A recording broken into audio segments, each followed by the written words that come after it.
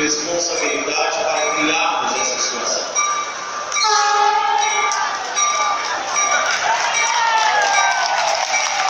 Esperar um pouco.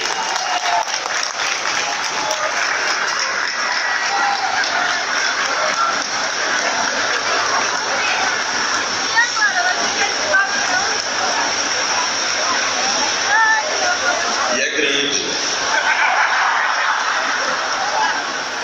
Aceitou, agora.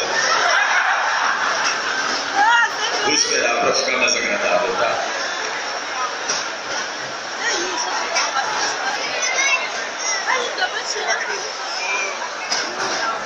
Mais voilà.